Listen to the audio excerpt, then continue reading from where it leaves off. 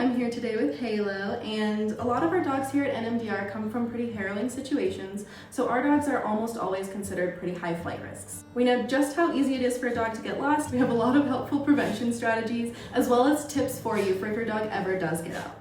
Just because our dogs here are high flight risk doesn't mean that these tips won't apply to your dogs at home. Any dog in any home can get spooked super easily by a sudden situation, by something new, or by something completely unexpected. So we want to make sure that we give you as much information as possible to keep your furry friends safe and home with you. But for me, the conversation about lost dogs has to start primarily with prevention. So before you even take your dog home, make sure that your microchip is registered with your information, so if they ever do get out, we have a way of getting in touch with you. Anybody that finds your dog can scan that. Also, along with microchip, I would definitely recommend making sure that your dog is licensed and that you have a tag on them so that your information is readily available if someone isn't able to scan a microchip. That way, if your dog ever does get out on you, they have the best chance of coming back to you. In tandem with that, I think it would be a great idea if you have a dog that's a particularly high flight risk to invest in some type of tracking device. So a lot of our dogs here will actually use Attractive. I know a lot of people that use nano collars or air tags, anything that gives you a better chance of being able to figure out where your dog has gone if they do take off on you. So you want to be mindful of any sort of doorways that you have that go out into the world to prevent your dog ever going out on a little unwanted field trip.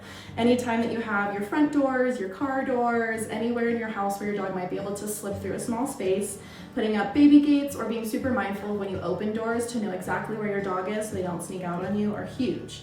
The biggest things we see here with adopters is that when you take them home in your car, coming and going from your car is a big time when they might slip out on you. So keeping them tethered in the car is super important as well.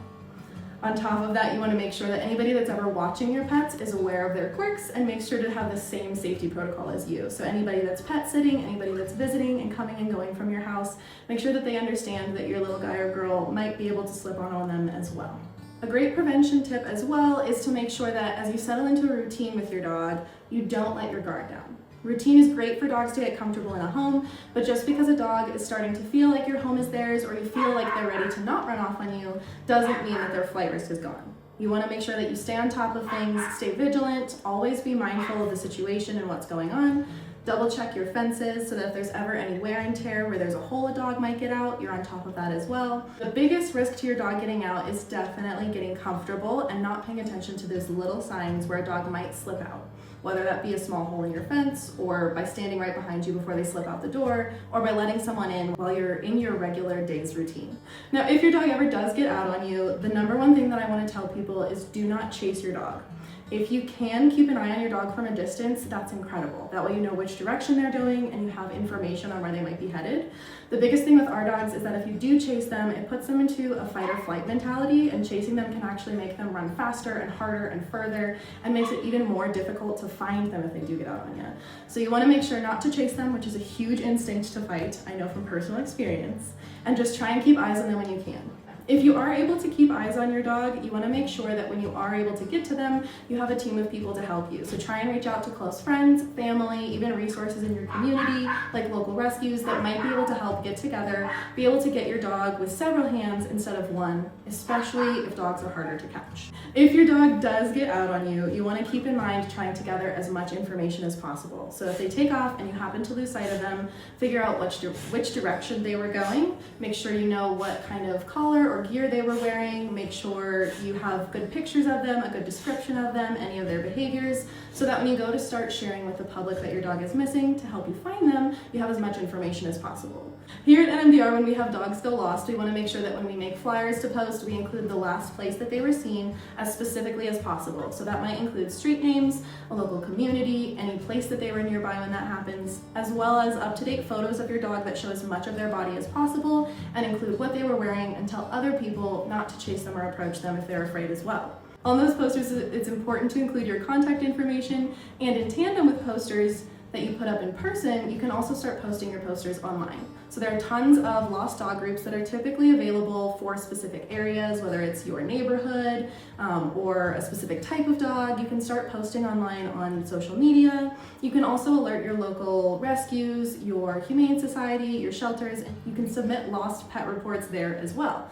Some great online resources to post at are also Nextdoor and Ring apps, because a lot of people are able to double check footage or get more specific information about their area on those types of groups as well.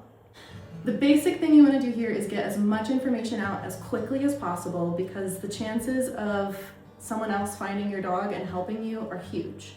Most of the time when dogs get out, it's somebody else's helping hand that helps reunite them with you, unless you're able to get them almost immediately.